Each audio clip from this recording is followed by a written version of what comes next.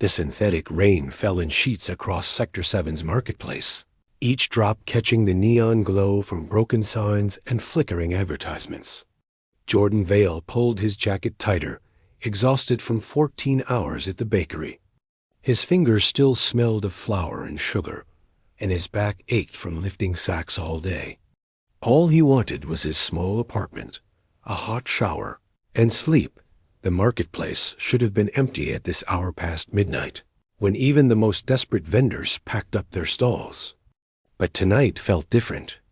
The air carried an electric tension that made Jordan's skin prickle.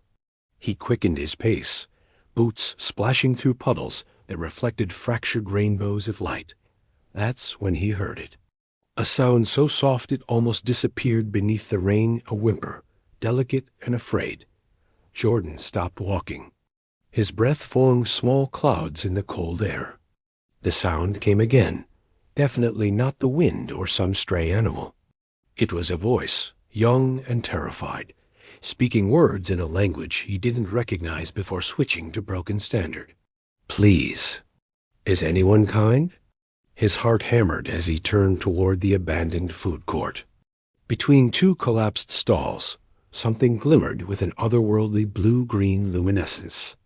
Jordan approached slowly, carefully moving aside a sheet of torn synthetic canvas dot.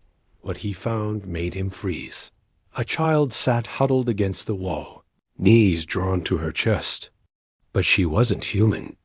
Her skin had a soft lavender hue that seemed to shimmer slightly, like mother of pearl. Large eyes the color of storm clouds looked up at him, filling with tears. Two small, translucent fins folded back against her head marks of Evelani people, the aquatic species that had settled on 3 of the outer colonies. She couldn't have been more than 12 in human years. Small and thin, wearing clothes that were torn and stained with something dark. In her trembling hands, she held an object that glowed with gentle pulses of light, a cake, or something that resembled one. It was damaged, one side crushed and melting, the decorative surface broken, to reveal a crystalline interior that shimmered with captured light. "Human," she whispered, her voice thick with accent and fear. "Please, is this safe? Is it still good?" She held the damaged cake toward him. "My mother's birthday is tomorrow. I must bring this to her." Jordan knelt slowly, not wanting to frighten her further. Up close, he could see she was shaking violently, whether from cold or terror he couldn't tell. "Hey, it's okay. I'm not going to hurt you. What's your name?" "Nira," she breathed. "My name is Nira. I'm Jordan." He studied the strange cake in her hands. It didn't look like anything from his bakery. The way it pulsed with inner light suggested something far beyond simple ingredients. "Where did you get this?" Tears spilled down Nira's cheeks, leaving trails that glowed faintly before fading. "I saved for 3 months. I worked every day cleaning the water filters. I wanted to buy the perfect one for Mama, but..." Her voice broke. "They found me. They tried to take it. Someone hid it, damaged it." She clutched it closer to her chest. "Will she know? Will she know I tried?" "Who found you?" Jordan asked gently, though dread was already building in his stomach. Before Nira could answer, a low mechanical hum filled the air. Jordan's head snapped up. 3 sleek drones swept across the marketplace, their searchlights cutting through the rain like blades. A cold, artificial voice echoed from speakers mounted on their chassis. "Scanning for unauthorized Vellani miner. Sector 7 sweep in progress. Subject is considered dangerous. Capture authorized." Jordan's blood ran cold. Dangerous? She was a child holding a birthday cake. Nira grabbed his sleeve with desperate strength. "Please, please don't let them take me. I only wanted to bring Mama a gift. She's so sick, and this cake, it's not food, it's medicine. It holds memories, warm feelings. It helps our people survive illness." Her eyes pleaded with him. They don't want her to get better. They don't want her to live. The searchlights swept closer, methodically checking every corner. Jordan's mind raced. He didn't know this child. He didn't know her story. Getting involved could bring the kind of trouble that would destroy his quiet life. But when he looked into Nira's terrified eyes, he saw something that made the choice simple. He saw desperate hope, the kind that came from believing in the goodness of strangers, even when the world had given every reason not to. "Come on," Jordan said, taking her small hand. "Stay low and stay quiet."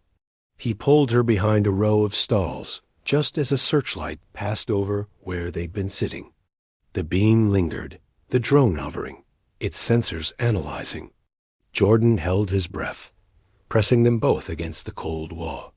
Nira clutched the glowing cake so tightly, he worried it might break further. The mechanical voice spoke again, closer now. Heat signatures detected. Investigating. Jordan's mind worked frantically. The old delivery tunnels, the ones the vendors used before the new transport system was installed. If they could reach the access hatch near the south exit, they could disappear into the underground network before the drones pinpointed their location. "Nira," he whispered, "do you trust me?" She looked at him with those enormous eyes, and after a heartbeat of hesitation, she nodded. "Then follow exactly where I step. Don't make a sound." They moved like shadows through the marketplace, darting between stalls and abandoned carts. The rain helped mask their movements, but the drones were persistent, their searchlights creating a deadly dance of light and shadow. Jordan's heart pounded so hard, he thought the drones might hear it. They were almost to the delivery. Hatch when a spotlight locked onto them. Target acquired. "Cease movement. Run!" Jordan shouted. They sprinted the final distance as energy beams scorched the ground behind them, leaving smoking holes in the pavement. Jordan yanked open the hatch, thank God it wasn't locked, and pushed Nira through. He dropped in after her, pulling the hatch closed just as another beam struck where his head had been. Darkness enveloped them. Jordan fumbled for the emergency light switch, finally finding it. Dim yellow lights flickered on, revealing a narrow tunnel that stretched into shadow. The walls were lined with old pipes and cables, slick with condensation dot above them. The drone's mechanical voices continued their cold proclamations. Jordan could hear them trying to access the hatch. Nira stood beside him, still holding her damaged cake. In the dim light, tears streamed down her face, glowing softly before fading away. "Why did you help me?" She whispered. "Your people and mine. We're not supposed to trust each other." Jordan looked at this small, terrified child who'd risked everything for her mother. "Because," he said quietly, "some things matter more than what we're supposed to do." The cake pulsed with gentle light between them, as if responding to his words. Above, something heavy struck the hatch. The drones were trying to break through. "We need to move deeper," Jordan said. "Can you walk?" Nira nodded, wiping her eyes. "Yes, I can walk anywhere if it means reaching Mama." Together, they disappeared into the tunnels, not knowing what dangers waited ahead, knowing only that turning back was impossible. The hunt had truly begun, and Jordan had just chosen his side. The tunnel stretched before them, like the throat of some ancient beast, swallowing the weak light from the emergency bulbs. Jordan led the way, one hand trailing along the damp wall for guidance, the other holding Nira's small fingers. Behind them, the sound of the drones attacking the hatch had faded, replaced by an oppressive silence broken only by the drip of water and their footsteps. Nira's breathing came in short gasps. The glowing cake she carried cast strange shadows on the tunnel walls, making everything seem to move and shift. Jordan glanced back at her, seeing exhaustion written across her delicate features. "How much farther?" she asked, her voice barely above a whisper. "Not far," Jordan lied. Truth was, he wasn't entirely sure where these tunnels led anymore. He'd explored them as a teenager, but that was years ago, and his memory was hazy. Still, he knew they connected to the old residential sector, and if they could reach there, he had an idea of someone who might help. They walked in silence for several minutes before Nira spoke again. "Jordan, why are you doing this? You don't know me. You don't know my mother." He considered the question as they navigated around a pile of debris. "I guess. I know what it's like to watch someone you love slip away and feel powerless to stop it." His voice grew quieter. "My father was sick for a long time before he died. Near the end, all I wanted was to do something, anything, to make him smile one more time. So when I saw you holding that cake..." He trailed off. Nira squeezed his hand gently. "Your father was lucky to have you." "I hope I was enough," Jordan murmured. The tunnel began to slope upward, and Jordan recognized a junction he remembered. Relief flooded through him. "This way. We're close." 10 minutes later, they emerged through a maintenance panel into a narrow alley between two residential buildings. The rain had stopped, leaving everything glistening under the pale glow of street lamps.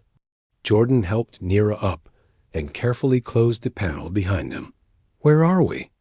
Nira asked, looking around nervously. "Near where I live. There's someone who can help us, a neighbor of mine. Her name is Tessa Morvan." Jordan led Nira through the alley to a side entrance of a run-down apartment building. "She doesn't ask questions, and she knows how to keep secrets." They climbed 3 flights of stairs, Jordan constantly checking behind them. At apartment 3C, he knocked in a specific pattern: 2 quick, 1 long, 2 quick. After a moment, he heard movement inside, and multiple locks being undone. The door opened to reveal a woman in her late 30s, with sharp green eyes and dark hair pulled back in a messy bun. Tessa Morvan wore a medical tunic stained with various substances, and her expression immediately shifted from annoyance to concern when she saw Nira. "Jordan, what the hell have you gotten yourself into?" she asked, but she was already pulling them inside and locking the door. "I found her in Sector 7. The security drones are hunting her." Jordan watched as Tessa knelt in front of Nira, her trained eyes assessing the girl's condition. Velani child, malnourished, clearly exhausted. Tessa's voice was professional but kind. "Sweetheart, I'm a medic. I'm going to check if you're hurt, okay?" Nira nodded silently, still clutching her cake. Tessa's apartment was small, but organized chaos medical supplies covered every surface. Books stacked in towers, and monitoring equipment hummed quietly in the corner. She guided Nira to a couch and began a gentle examination while Jordan explained what had happened. "Memory cake," Tessa breathed when she looked at the glowing object. "I've only read about these. The Valani use them for severe cases of fade sickness. It's like..." She struggled for an explanation. "Like their body's emotional core begins to shut down. Without positive memories and feelings from loved ones, they literally waste away." "My mother has fade sickness," Nira confirmed quietly. "The elders say it's because she loved humans too much. She wanted peace between our peoples. They say she betrayed our traditions." Tears welled in her eyes. "But she didn't betray anything. She just believed both species could learn from each other." Jordan felt his chest tighten. "So they're letting her die? And hunting her daughter to make sure she can't help?" "It's worse than that," Tessa said grimly. She'd finished examining Nira and was now looking at the damaged cake with concern. "If I'm right, Nira's mother is Naira Solon." Jordan blinked. "The peace advocate? The one who tried to negotiate the water rights treaty 5 years ago?" "The same." Tessa set the cake down carefully on a sterile cloth. "She wasn't just an advocate, Jordan. She was one of the most influential voices in the Valani community. When she argued for cooperation with humans, she had thousands supporting her. The hardline elders saw her as a threat to their power. Nira's voice was small. They poisoned her. Not with chemicals, with isolation and hatred. They made everyone turn away from her. They spread lies. My mother's heart broke from loneliness, and that's when the fade sickness began. She looked at the cake. I've been preparing this for months, gathering happy memories, recording moments of love. It's the only thing that can save her. Jordan stared at this small, brave girl who'd risked everything for her mother. The damage to the cake, will it still work? Tessa examined it more closely, her expression troubled. The crystalline matrix is partially fractured. It will still function, but she hesitated. It needs to be reinforced, and quickly. Memory cakes are stable only for about 48 hours after creation. After that, the memories begin to dissipate. How long has it been? Jordan asked. 36 hours, Nira whispered. Tomorrow at sunset is her birthday. If I don't give it to her by then, she didn't need to finish. They all understood. Tessa stood and moved to a locked cabinet, retrieving several vials of luminescent liquid. I have stabilizing agents. I've worked with Vellani patients before. But preparing this properly requires delicate work and time we might not have. How much time? Jordan pressed. At least 2 hours, and that's if nothing goes wrong. Tessa began preparing her workspace.